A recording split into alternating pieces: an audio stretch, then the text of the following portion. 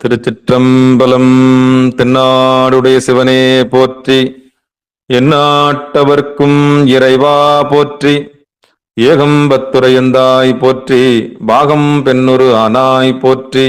அண்ணாமலையம் அண்ணா போற்றி, கண்ணார் அமுதக்கடலே போற்றி.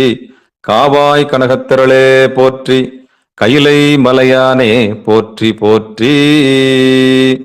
நமச்சிவாய வாழ்க, நாதன் தாள் வாழ்க. அன்பர்களுக்கு ஆன்ம வணக்கம். நீங்கள் கேட்டுக்கொண்டிருப்பதும் பார்த்து கொண்டிருப்பதும் சிகாரம் சைவநெறி பாடசாலை என்கிற டெலிகிராம் சேனல் மூலம் ஒவ்வொரு நாளும் அதிகாலை 5:20 மணிக்கு திருநெறிய தமிழோசை என்கிற தலைப்பின் கீழே 12 திருமுறை பாராயணம் செய்து வருகிறோம். அதில் குறிப்பாக சிவபெருமானுடைய பெரும் கருணையினாலே திருமூல நாயனார் இயற்றிய திருமந்திரம் என்கிற நூலிலிருந்து ஒரு நாளைக்கு ஒரு பாடல் என்கிற வரிசையிலே சிந்தித்து வருகிறோம். அந்த வகையிலே நம்முடைய நிகழ்ச்சிக்கு வருகை தந்துள்ள அத்துணை அடியார் பெருமக்களையும் வருக வருக என்று வரவேற்று அவர்களுடைய பொற்பாதங்களை மனம் மொழி மெய்களாலே வணங்கி நிகழ்ச்சிக்குள் இனிதே நுழைவோம்.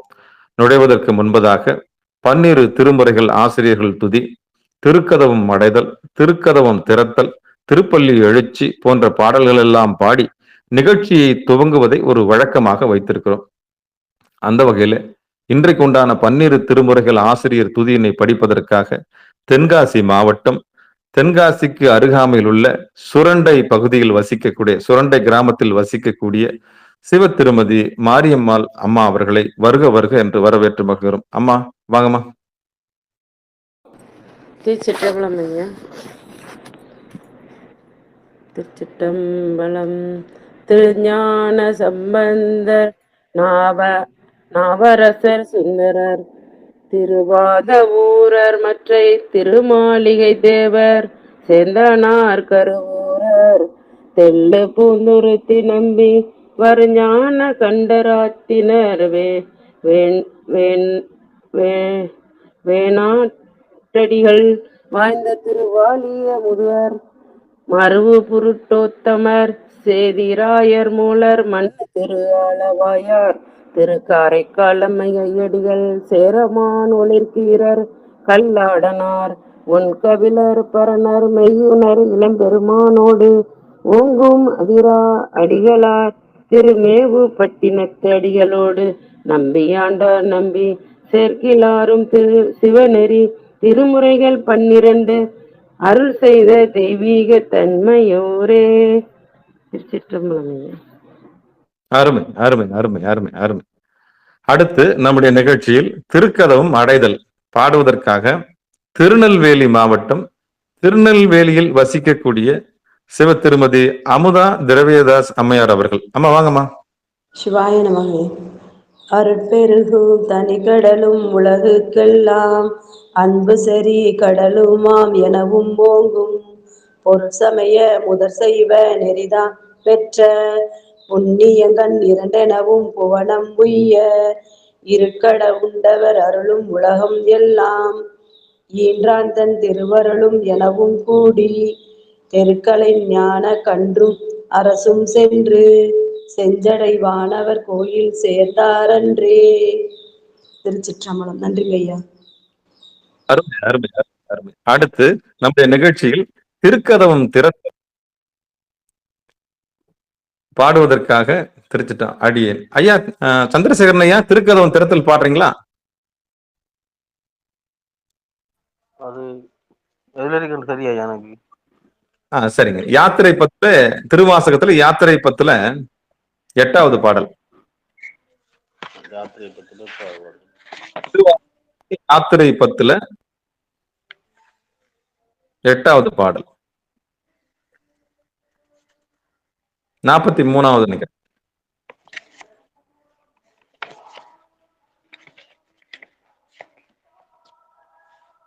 34 யாத்திரை 10. சரி படிக்கணும். பாடுங்க. திருச்சிற்றம்பலம்.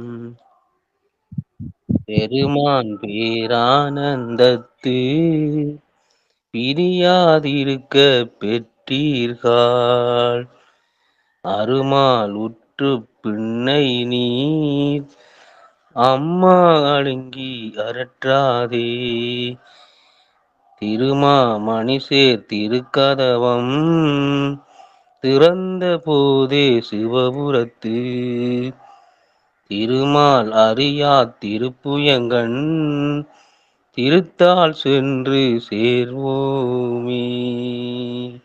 திருச்சிற்றம்பலம். நன்றி ஐயா. அருமை அருமை அருமை அருமை. அடுத்து நம்முடைய நிகழ்ச்சியில் திருப்பள்ளி எழுச்சி பாடுவதற்காக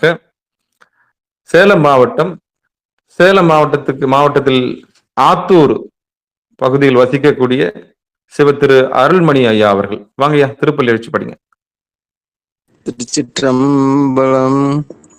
கூவின பூங்குயில் கூவின கோழி குருகுகள் எம்பின சங்கம் ஓவின தாரகை ஒளி ஒளி உதயத்து ஒருபடுகின்றது விருப்பொடு நமக்கு தேவனல் செறிகளல் தாளினை காட்டாய் திருப்பெருந்துறை உரை சிவபெருமானே யாவரும் அறியாய் எமக்கு அழியாய் எம்பெருமான் பள்ளி எழுந்தருளாயே.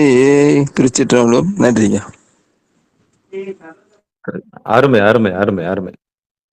அடுத்து பெரும்புலர் காலை மூழ்கி பித்தருக்கு பக்தராகி அரும்போடு மலர்கள் கொண்டாங்கு ஆர்வத்தை உள்ளே வைத்து விரும்பினல் விளக்கு தூபம் விதியினாலிடவல்லார்க்கு கரும்பினில் கட்டி போல்வார் கடவுர் வீரட்டனாரே. பெரும்புலர் காலை மூழ்கி பித்தருக்கு பக்தராகி அரும்போடு மலர்கள் கொண்டாங்கு ஆர்வத்தை உள்ளே வைத்து விரும்பினல் விளக்கு தூபம் விதியினாலிடவல்லார்க்கு கரும்பினில் கட்டி போல்வார் கடவுர் வீரட்டனாரே. திருச்சிற்றம்பலம். தென்னாடுடைய சிவனே போற்றி, எந்நாட்டவர்க்கும் இறைவா போற்றி. அன்பர்களுக்கு ஆன்ம வணக்கம். சிவபெருமானுடைய பெரும் கருணையினாலே திருமூலநாயனார் இயற்றிய திருமந்திரம் என்கிற நூலினை ஒரு நாளைக்கு ஒரு பாடல் என்கிற வரிசையிலே சிந்தித்து வருகிறோம். அந்த வகையில் நம்முடைய நிகழ்ச்சிக்கு வந்துள்ள அத்தனை அடியார் பெருமக்களையும் வருக வருக என்று வரவேற்று நிகழ்ச்சிக்குள் இனிதே நுழைவோம். இப்படி ஒரு களத்தை நமக்கு ஏற்பாடு செய்து கொடுத்திருக்கின்ற சிகாரம் சைவநெறி பாடசாலைக்கும் நம்மையெல்லாம் ஒன்று குவித்திருக்கின்ற திருவருள் கருணையாகிய அந்த திருவருள் கருணைக்கும் நம்முடைய உடல் பொருள் ஆவி மனமொழி அத்தனையும் மனமொழி மெய்களாலே வணங்கி உடல் பொருள் ஆவி அத்தனையும் சமர்ப்பித்து நிகழ்ச்சிக்குள் இனிதே நுழைவோம். பிறந்து மொழி பயின்று நமக்கு தாயாகவும் தந்தையாகவும் வந்து பிறகு இந்த உலகமாகிய காரியத்தை நமக்கு ஆற்றுவதற்காக காரிய குருவாகவும் இந்த காரியத்துக்கு பின்னால் இருக்கக்கூடிய காரண குருவாகவும் வந்து இந்த காரியத்தையும் காரணத்தையும் கடந்து இந்த உலகம் மாயை நிலையில்லாதது என்கிற அறிவை நமக்கு புகட்டி பொய்யாயினையெல்லாம் போயகல வந்தருளி மெய்ஞானமாகி மிளர்கின்ற மெய்ச்சுடரை நம்முடைய புருவ நடுவிலே காண்பித்து கொடுத்த அந்த உத்தம குருநாதருடைய பொற்பாதங்களில் மீண்டும் ஒருமுறை குருவருளில் நாம் உடல் பொருள் ஆவி அத்தனையும் சமர்ப்பித்து நிகழ்ச்சிக்குள் இனிதே நுழைவோம். நமக்கு இந்த 3000 பாடல்களை வழங்கிய அந்த திருமூல நாயனாருடைய பொற்பாதங்களையும் மனமொழி மெய்களாலே வணங்கி இன்றைக்குண்டான பாடலுக்குள் நுழைவோம். திருச்சிற்றம்பலம் தில்லையம்பலம். திருமந்திரத்தில் 3ஆம் தந்திரத்தில் 21வது தலைப்பாக இருக்கக்கூடிய சந்திர யோகம் என்கிற தலைப்பின் கீழே நாம் சிந்தித்து வருகிறோம். இந்த சந்திர யோகம் என்கிற தலைப்பின் கீழே 18வது பாடலை இன்றைக்கு நாம் பார்க்க இருக்கின்றோம். குறிப்பாக நம்முடைய திருமூல நாயனாருடைய பொற்பாதங்களை மீண்டும் ஒரு முறை மனமொழி மெய்களாலே வணங்கி இந்த பாடலுக்கான பாடலை பாடுவோம். கதிரவன் சந்திரன் காலம் மலக்கோ பொதிரவனுள்ளே பொதிமழை நிற்கும்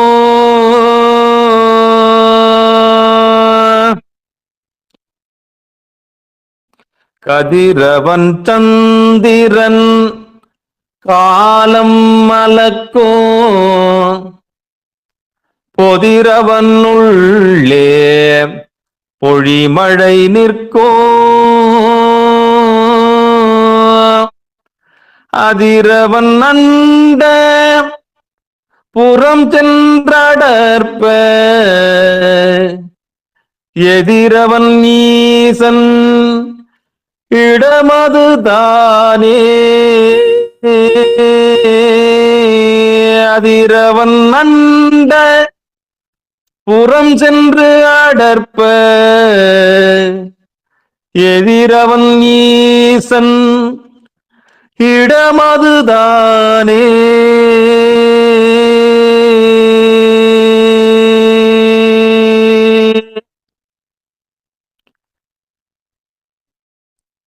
இனி பாடலை பதம் பதமா பார்ப்போம், பிரிச்சு பொருள் பார்த்துடலாம்.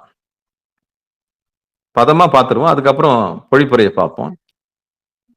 கதிரவன் சந்திரன் காலம் அளக்கும் பொதிரவன் உள்ளே பொழிமழை நிற்கும் அதிரவன் அண்ட புறஞ்சென்று அடர்ப்ப எதிரவன் ஈசன் இடமதுதானே.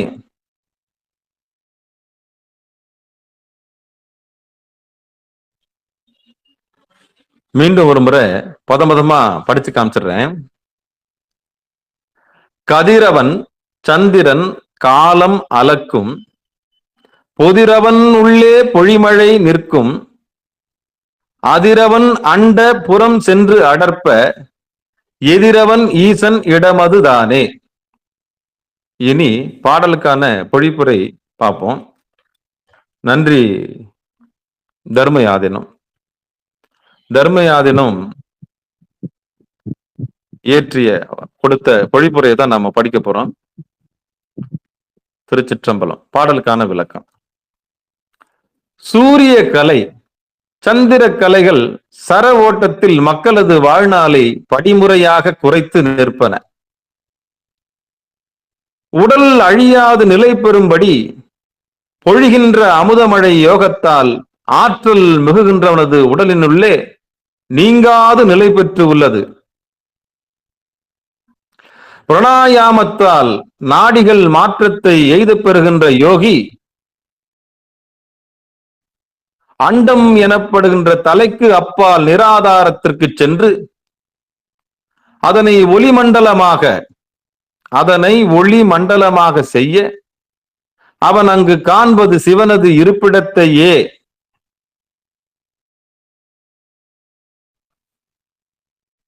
மீண்டும் ஒரு முறை தர்மயாதனத்துக்கு நன்றி சொல்லி பொழிப்புரை வாசிடுறேன், கவனிங்க.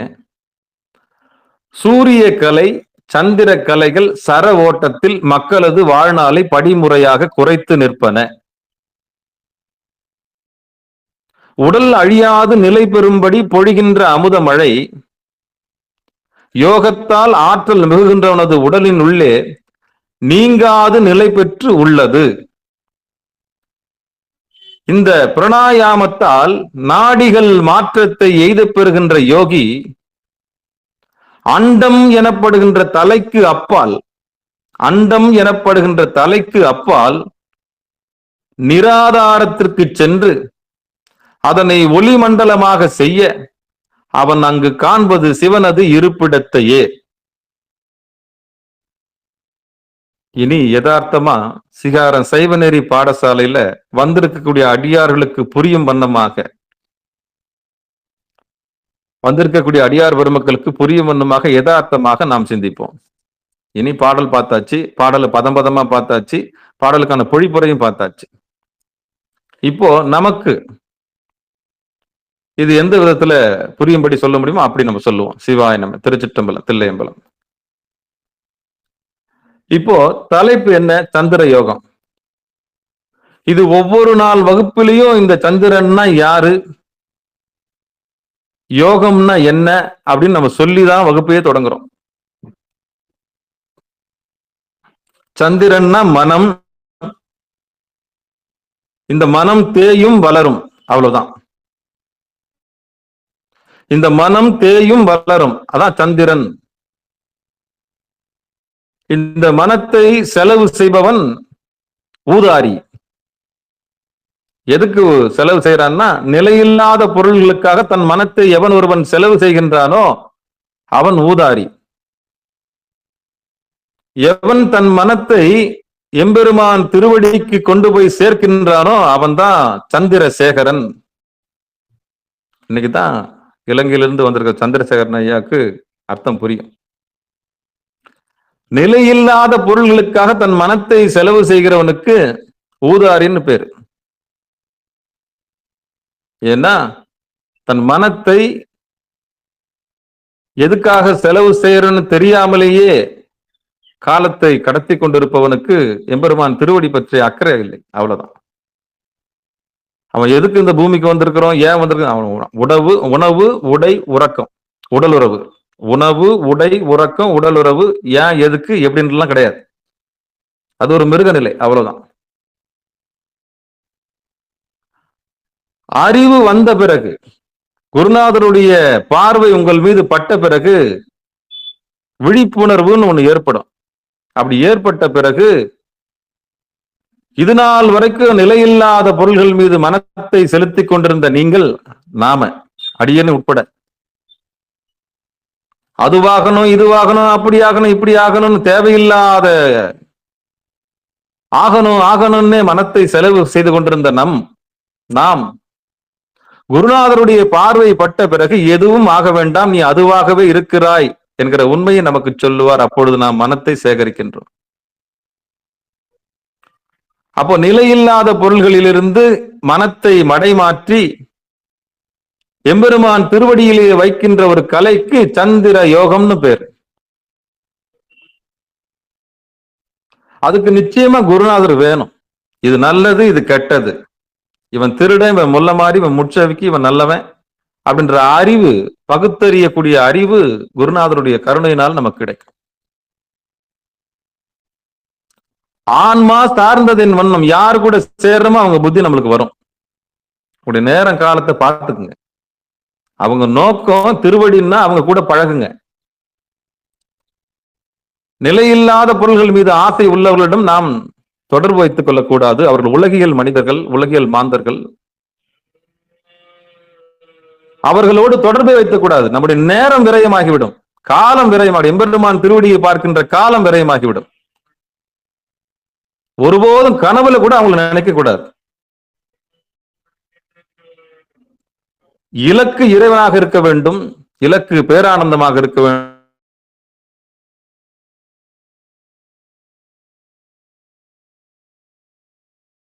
இந்த மனம் என்கிற வியாபாரி தன்னுடைய கடையை திறந்து சின்னாபின்னமாக்கி நம்மளை திறந்து நாசம் செய்து கொண்டிருக்கின்றான். அப்ப அந்த மனத்தை எம்பெருமான் திருவடியில கொண்டு போய் வைக்கிற பெரிய கலையை நாம் கற்றுக்கொள்வோமானால் அதுதான் சந்திர யோகம். சரி, இதுதான் சந்திர யோகத்துக்கான அடையாளம். மனத்தை திருப்ப வேண்டும். எந்த பக்கம் திருப்பணும்? வீணான பொருள்கள் மேல் இல்லாமல் தேவையில்லாத ஒண்ணு. இந்த மனத்தினுடைய இயல்பு ஒண்ணு கடந்த காலத்துல இருக்கும், இல்லைன்னா எதிர்காலத்துல இருக்கும். பிரசன்ட்ல இருக்கிறதுக்குன்னா தவத்துல வந்தாதான் முடியும். அதான் குருநாதருடைய பார்வைப்பட்டாதான் செல்ஃப் ரியலைசேஷனே நடக்கும். அதுக்கு முன்னாடி இமேஜினேஷன் தான். சமஞ்சாதான், பக்குவப்பட்டாதான் இறைவனை பார்க்க முடியும். சமயத்துக்கு வந்தாதான் பார்க்க முடியும். நீங்க சமயத்துக்கு உள்ள வரணும், நிகழ்ச்சிக்கு வரணும். அதே மாதிரி சமஞ்சாதான் பக்குவப்பட முடியும். அதத்தான் சைவ சமயம் சொல்லுது. பக்குவப்பட்டவர்கள், பக்குவப்படாதவர்கள். சிவபெருமானை அறிந்தவர்கள், சிவன் அடியார்கள், சிவன் அடியை தெரிந்தவர்கள். அந்த வகையில இந்த பாடல் சொல்ற யதார்த்த உண்மை இப்ப பார்ப்போம். இப்ப சந்திர யோகம்னா என்னன்னு தெரியும். சந்திரன்னா மனம் தெரிஞ்சு போச்சு. அந்த மனத்தை எதுக்காக செலவு செய்யணும்ன்றது தெரிஞ்சு போச்சு. அப்ப குருநாதருடைய அருளால இந்த மனத்தை எப்படி திருப்பணும்ன்றது தெரிஞ்சு போச்சு. சரி, இந்த பாடல் என்ன சொல்லுதுன்னு பார்ப்போம்.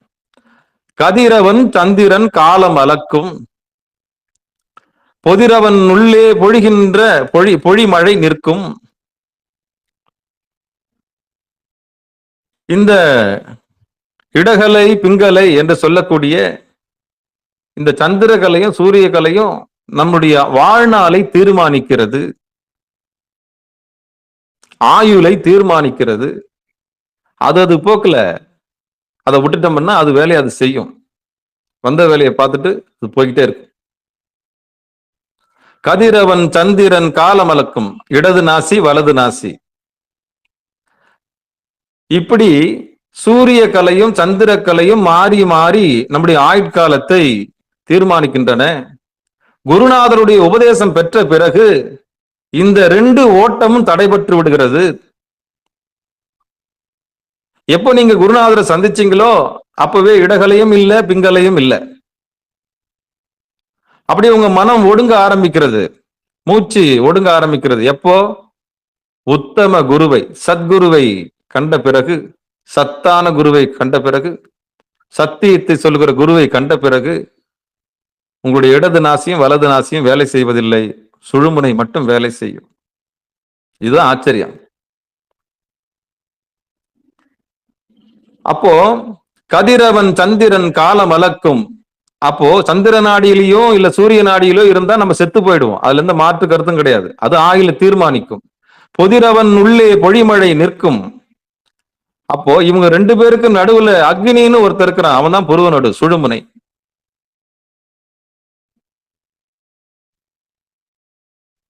அப்போ இறையருள் மிகுந்ததுன்னா யோகி, அதாவது குருநாதருடைய அருள் பெற்ற பிறகு நீங்கள் புருவ நடுவுக்கு வருவீர்கள். வந்த பிறகு மனம் ஒடுங்க ஆரம்பிக்கும். மனம் ஒடுங்க மூச்சு ஒடுங்கும், மூச்சு ஒடுங்க மனம் ஒடுங்கும். அப்ப சுழுமுனையிலே உங்களுக்கு சுவாசம் ஏற்படும். அதிரவன் அண்டம் புறம் சென்று அடர்ப்ப, எதிரவன் ஈசன் இடமது ஆமே.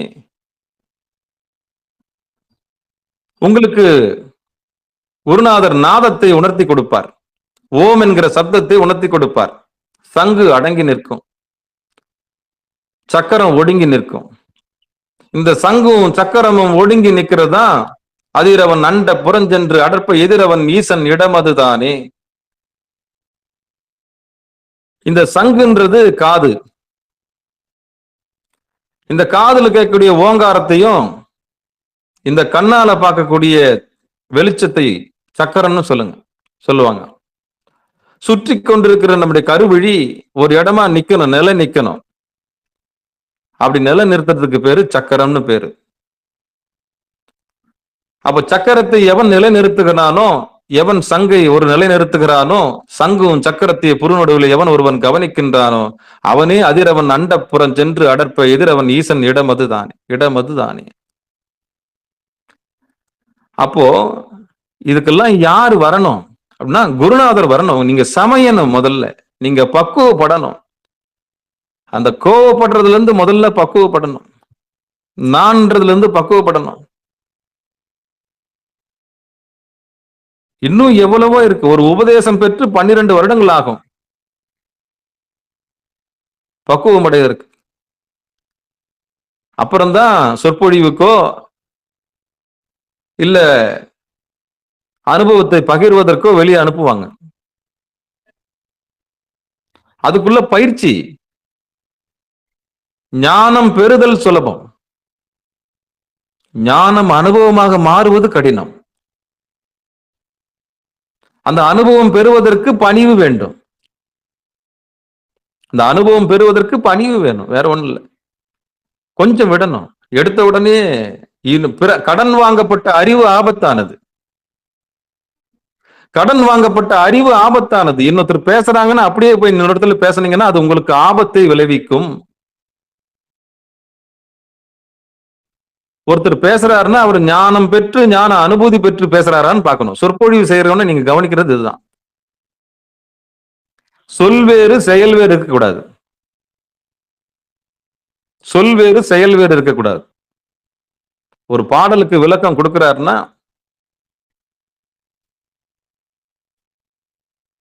அவரு ஞானத்தால் அணுகி ஞான அனுபூதியில திளைத்து இது இங்கதான் இருக்குன்னு உறுதிப்படுத்திக் கொண்டு அவர் பேசுகிறார். அவ்வளவுதான். இதுதான் சமைந்தவர்களுக்கும் சமையாதவர்களுக்கும் உள்ள வித்தியாசம். அப்போ பெருமானுடைய பெருங்கருணையை திருமூல நாயனாருடைய பாடலை எடுத்து பேசுவதற்கு நமக்கு சாமி அனுமதி கொடுத்திருக்கிறாங்க. அதான் நாய் சிவிகை ஏற்றுவித்து நாயேனை தன்னடிகள் பாடுவித்த நாயகனை பேயேன் எனது உள்ள பிழை பொறுக்கும் பெருமையனை சீயேதும் இல்லாதென் செய்வனிகள் கொண்டரலும் தாயான ஈசருக்கு சென்றுவதாய் கொத்தும்பி. அப்படிப்பட்ட பதத்தை நமக்கு கொடுத்துக்கிறாங்க. அப்ப சொல் வேறு செயல் வேறு இருக்கக்கூடாது. நீங்க கேட்டா பதில் சொல்லணும். சாமி இது என்ன அப்படின்னா பதில் சொல்லணும். அதான் சொன்ன ஞானம் பெறுதல் சுலபம்.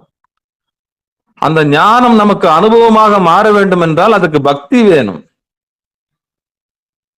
ஞான மார்க்கத்தில் இருக்கிற பலகீனம் என்ன தெரியுமா? ஞானம் பெற்ற பிறகு குதிக்கிறது. எனக்கு இது தெரியும், அது தெரியும், எனக்கு அது தெரியுமே, அதெல்லாம் மூட நம்பிக்கை, இதெல்லாம் மூட நம்பிக்கை, அதெல்லாம் மூட நம்பிக்கை, இதெல்லாம் ரைட்டு, குதி வேணான்னு சொல்லல. அனுபவத்தை எப்ப பெற போறோம்? பகுத்து அறிதல் ஞானம், அதை ருசிப்பது அனுபவம். அனுபவமே ஆசானாக மாறுகிறது. அவ்வளவுதான். அப்ப கதிரவன் சந்திரன் காலம் அளக்கும். நம்ம உபதேசம் பெறவில்லை என்றால் இந்த இடகளையும் பிங்களையும் அது வேலையை செஞ்சு நம்ம காலத்தை முடிச்சிடும். ஆனா நமக்கு குருநாதர்னு ஒருத்தர் வந்துட்டாருன்னா இந்த இடகளையும் ஓடாது, அந்த பிங்களையும் ஓடாது. சுழுமுனையில எம்பெருமான் திருவடியே நம்ம நோக்கமா ஓடுவோம். நிலையில்லாத பொருளை நோக்கி ஓடாம நிலையான பொருளை நோக்கி ஓடும் பொழுது பொதிரவன் உள்ளே பொழிமழை நிற்காங்க. அமுத மழையாக எம்பெருமான் இருப்பான். தன்னை அறிந்து இன்புறலாம். முன்னம் இந்த உடம்பை இழுக்கு என்று நினைத்துக் கொண்டிருந்தேன். எதுக்குடா சாமி நம்ம பிறந்தோம், இந்த ஜென்மம் எதுக்கு எடுத்தோம் நம்மன்னு ரொம்ப வருத்தப்பட்டுட்டு இருந்தோம். ஆனா குருநாதர் வந்த பிறகு தன்னைத்தானே அர்ச்சிக்கக்கூடிய பழக்கம் வந்துருச்சு, போற்றுதல். அப்போ அழுக்காக நினைத்துக் கொண்டிருந்த என்னுடைய உடம்பை நான் மதிக்க துவங்கினேன். உடல் வளர்த்தேன், உயிர் வளர்த்தேன். அப்படி மதிச்சீங்கன்னா, தன்னை தானே அர்ச்சித்தீங்கன்னா, எம்பெருமானை கொண்டாடினீங்கன்னா அதுதான் கொண்டாட்டம், அதுதான் விடுதலை. அப்போ முன்ன இழுக்குன்னா எங்கெங்கேயோ தேடின இறைவனை கடைசியில எனக்கு உயிராக இருக்கின்றான்ற அறிவை எனக்கு கொடுத்துட்டான். அதனால நான் எங்கேயும் போறதில்ல, என்னை நானே அர்ச்சிக்க துவங்கி விட்டேன். அதுதான் மௌல் சொல்றார். அப்போ கதிரவன் சந்திரன் காலம் அளக்கும், பொதிரவன் உள்ளே பொழிமழை நிற்கும் அப்படின்னா குருநாதர் பார்வைப்பட்ட பிறகு நமக்குள்ள இருக்கிற அந்த பொதி மழை நிற்கும் இடம் புருவ நடுவுன்னு தெரிஞ்சிட்ட பிறகு அதிரவன் அண்ட புறம் சென்று அடர்ப்ப. அப்போ ஆதாரம் நிராதாரம், அடியும் முடியும் இல்லாத இடம் நிராதாரம். திருவடி, பெரிய திருவடி, சிறிய திருவடி. வைணவத்துல 2 வார்த்தை, பெரிய திருவடி, சிறிய திருவடி. இந்த பெரிய திருவடியும் கிடையாது, சிறிய திருவடியும் கிடையாது, ஆதியும் கிடையாது, அந்தமும் கிடையாது. அதுதான் நிராதாரம். சகஸ்திராரம், புருவநடு. அந்த ஒளி மண்டலத்துல தொட்டுட்டவங்க, அப்படி தொட்டுட்டவங்களுடைய நிலைமை தான் எதிரவன் ஈசன் இடம். அதுதானே, வேற எங்கேயும் ஓட வேண்டியதில்லை. சிவபெருமானுடைய இருப்பிடம் அதுதான், ஆடாம அசையாம. அப்ப இந்த உடம்பு முதல்ல கடக்க வேண்டியது நாம் என்னதுன்னா உடம்பு, குறிப்பா இடுப்பு, குறிப்பா வயிறு, தீனி, உடல் மேல உள்ள மோகம், அப்புறம் தீனி மேல உள்ள நாட்டம், அப்புறம் அன்புன்ற கட்டளை, இந்த ருத்ரனுடைய பாகம், பிரம்ம பாகம், விஷ்ணு பாகம், ருத்ர பாகம். இது எல்லாம் நம்ம உடம்புக்குள்ளதான் இருக்கு. இந்த பிரம்ம பாகன்றது இடுப்பு, அவனை கடக்கிறதே பெரிய கடுப்பு. விஷ்ணு பாகன்றது வயிறு,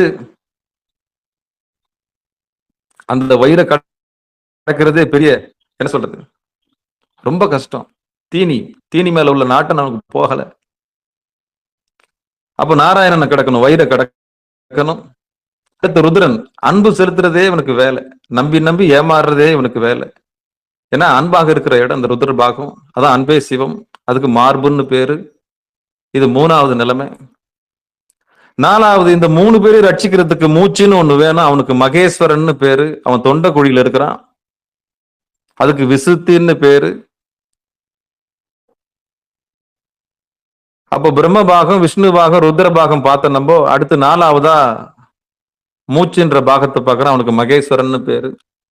5வதா ஒரு முகம் இருக்கு சிவபெருமானுக்கு, அதுக்கு சதாசிவம்னு பேரு. அதான் புருவ நடு. இந்த 5 பேருக்கும் 5 பொண்டாட்டியை கொடுத்து ரட்சிக்கிறவள் பராசக்தி. பிரம்மனுக்கு சரஸ்வதியாகவும், விஷ்ணுவுக்கு மகாலட்சுமியாகவும், ருத்ரனுக்கு கௌரி ரௌத்ரியாகவும், மகேஸ்வரனுக்கு மகேஸ்வரியாகவும், சதாசிவத்துக்கு மனோன்மணியாகவும் துணையாக வந்து நிற்கின்றாள். அவள் இல்லாம யோகம் இல்லை, அவள் இல்லாம போகம் இல்லை.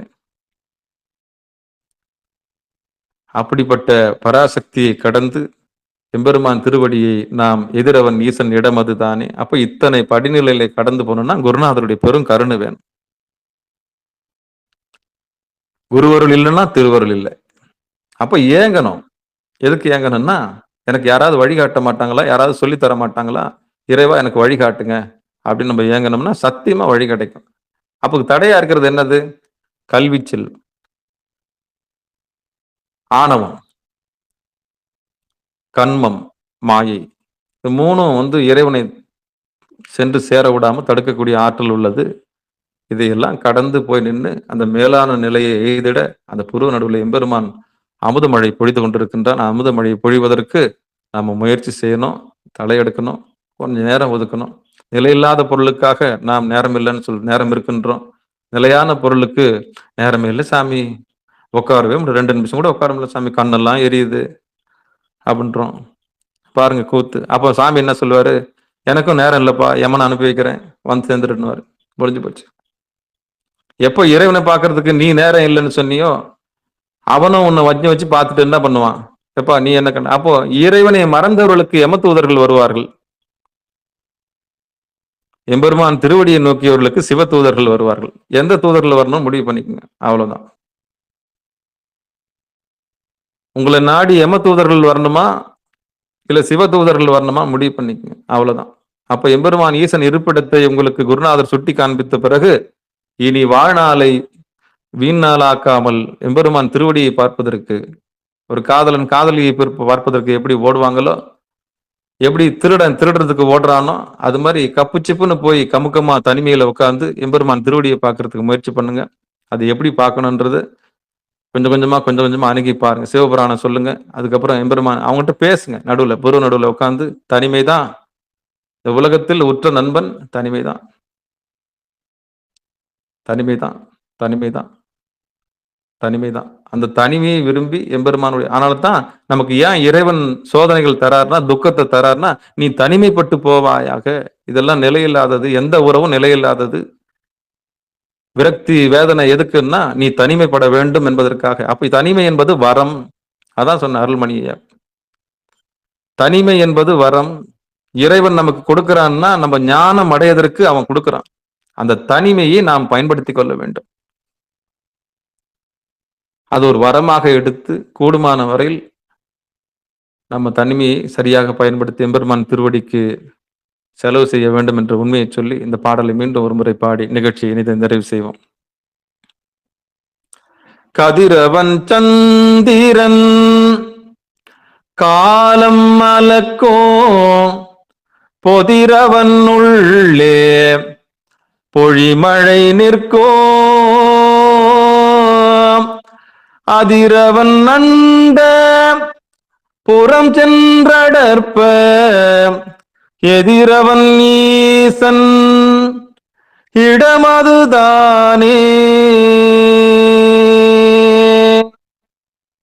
அப்போ ஈஸ்வரனுடைய இருப்பிடம் எங்கன்னு யாருன்னா கேட்டாங்கன்னா